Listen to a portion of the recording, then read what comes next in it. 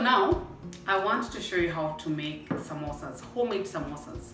Now that we are home, we are tending to cook more, we have enough time, there's no excuses. We need to learn and acquire as many skills as possible.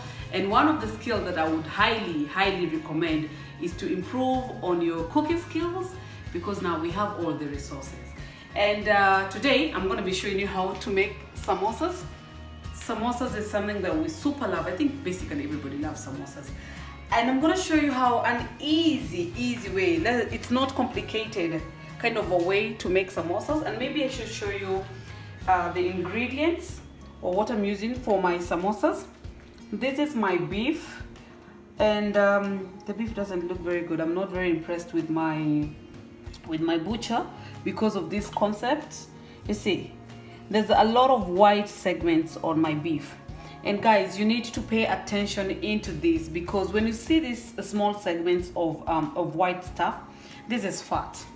And there's a lot of butchers, like butcheries, who use this trick, whereby when they have this extra mafuta, this all extra fat, they put the unwanted fat into the mincemeat.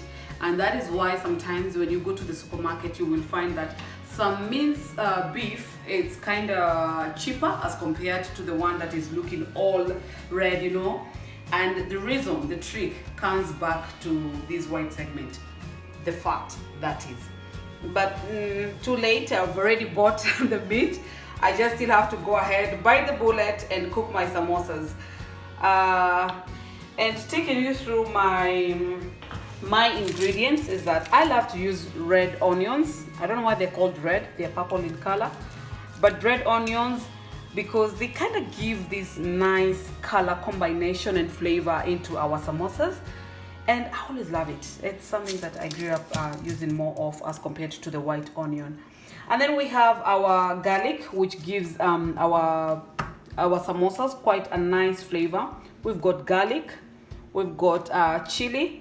If you don't like hot food, try to avoid the chili. Or if you're sharing your samosas with kids who are, you know, young and they don't like the heat from the samosas, you should avoid the chili. Next, we have our. This is something I feel like we should not miss out on our samosas, and this is called cumin powder.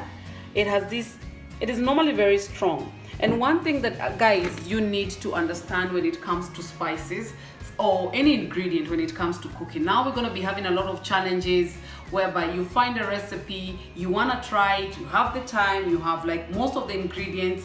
Then the next thing, you don't have maybe just one, maybe you don't have cumin. Even if I highly recommend it, or any other people do recommend to use cumin for your samosas, if it happens that you don't have it, please don't deny yourself the opportunity to learn. Cook without some ingredients. That's how you learn, and that's how you improve, and that's how you become a pro in your own kitchen. And that is called, you'll be able to master the art of substituting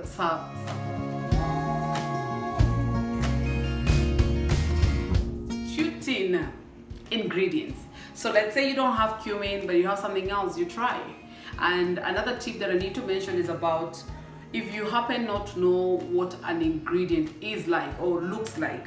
Let's say, like now I'm going to be using leeks in the samosas, and it turns out you don't know how leeks look like, and Hannah won't pause the video so that you can take a good look. Just go to Google and write the word, as long as you get the spelling right. I'm going to make sure that I have a description of the ingredients. Go to Google and then click any specific ingredient that you do not understand, and then go to Google Images. And once you do that, you get to see a lot of these thousands and millions of pictures out there where you can be able to see something, to see the ingredients in a better way, in clear pictures. And that is how you improve on your skill. Going back to the ingredients, I'm gonna be using my black pepper, and then I've got some ground coriander. This is like, the seeds from dania. And then we have paprika. I love to use paprika because of the color that it gives the samosas this nice reddish kind of color. It's, and you guys, if you follow me, you know I'm big with colors. And then the last ingredient here will be to use, I will be using a beef cube. This has a lot of flavor into it. And then lastly, I didn't mention about leeks. When you go to the market, in most cases you hear people saying Ricky, if you go to like any market where, like let's say Ngara, you hear them saying Mareda Ricky, you know, that kind of leek. It's like just tell them you're looking for that onion that people love to put into their samosas. And once you do that, there's a lot of information you can get from, you know, our vendors at the market. And once you do that, you come and cook. So let's start with our samosas. So our onions are done. They're chopped into small bits. You can go smaller or bigger, whatever you like. We've got our leeks, a little bit of heat from the chili. Our ginger and garlic is already done. And I was just waiting for the pot to be hot. And now we can start with our samosas. I was waiting for that moment, but it didn't come. Such a disappointment. But anyway, we're gonna start with our meat.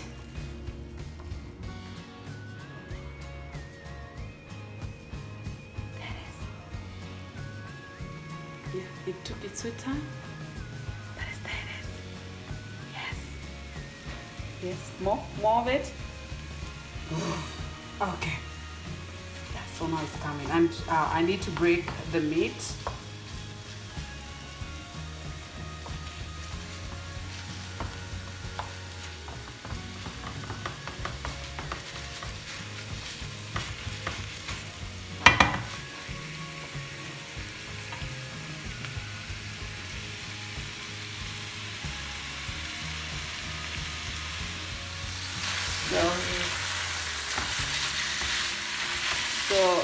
You don't, at this stage, you don't need to add any cooking oil into the meat because there's a lot of fat already with the meat. So I'll just put it on the side.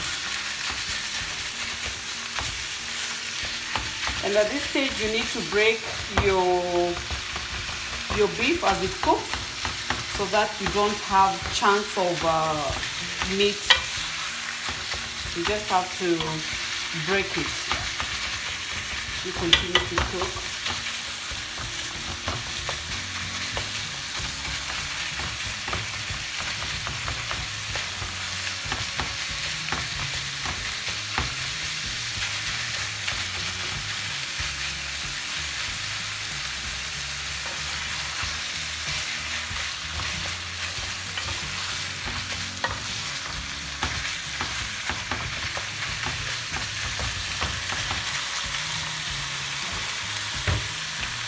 And then the next thing, you need to add some salt.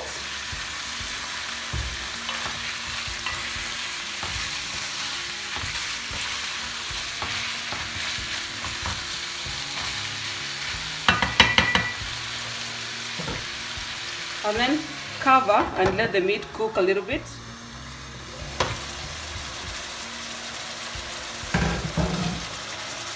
So as you can see, the meat is not fully cooked, but there's a lot of fluid that is coming from the meat. And at this stage, you just have to open your pot, and this is becoming too hot now. To now cook our mincemeat without covering it, so that all this liquid from the meat just so that it can just disappear, it can evaporate. And at this stage, you have to make sure that you break your meat fully, because you don't want these big lumps when you're making your samosas. You want fine kind of texture on the mincemeat.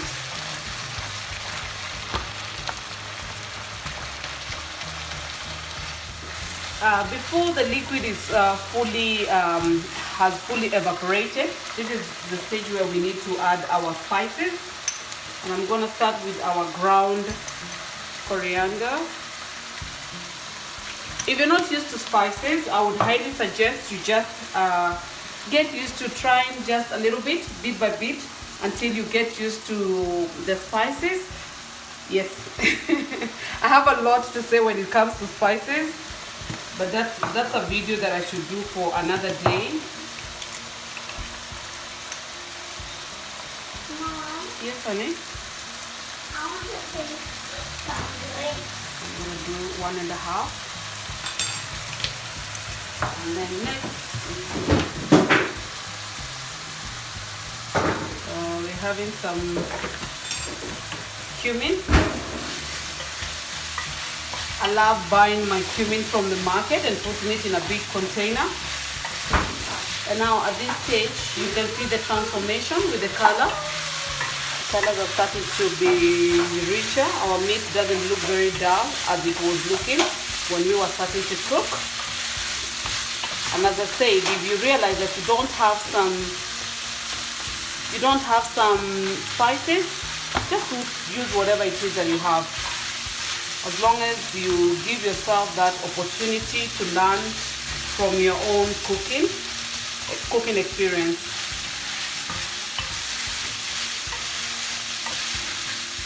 And then I love to add my cube here at this stage. I think I'm gonna use half, not the full one.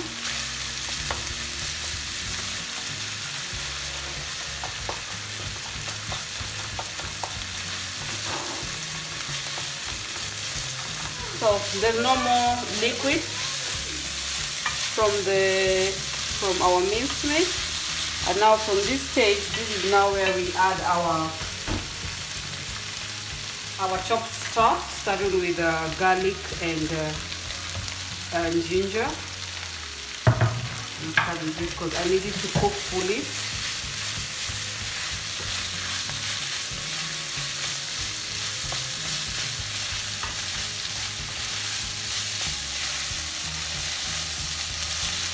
If you see that your minced meat is too dry, at this stage you can add cooking oil, but I wouldn't recommend it, because as you can see from the side, all this is the fat or oil from the meat, and we have this tendency of adding oil where it's necessary. Like, you should just avoid it as much as you can.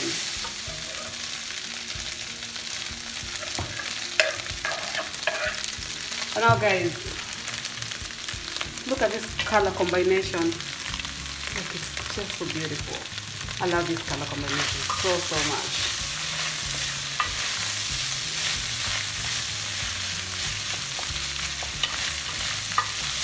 So at this stage you should lower your heat into bare minimum, like completely. I'm gonna put it at 2.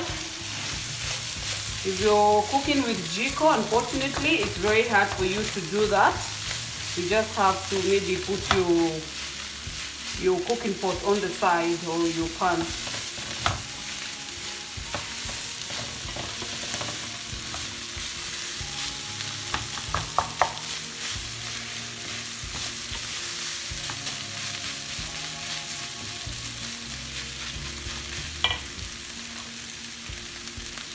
Does it look better?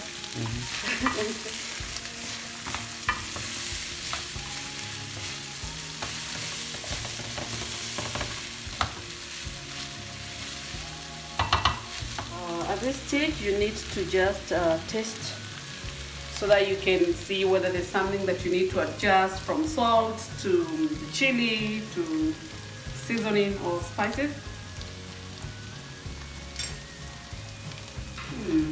Just a little bit of salt.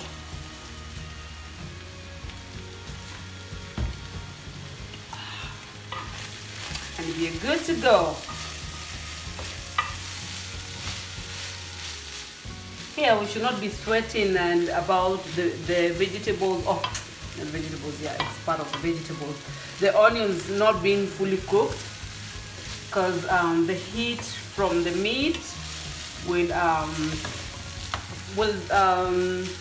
take care of that. We don't have to overcook our mincemeat, and now I want to put it, take it to a place where you can see it in a nicer way, because I want you to see the color combinations and how the meat looks so good.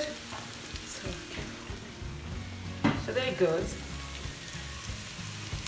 For me, this is good enough. So this is done. And now I just have to make the samosa pockets as we wait for this to cool down.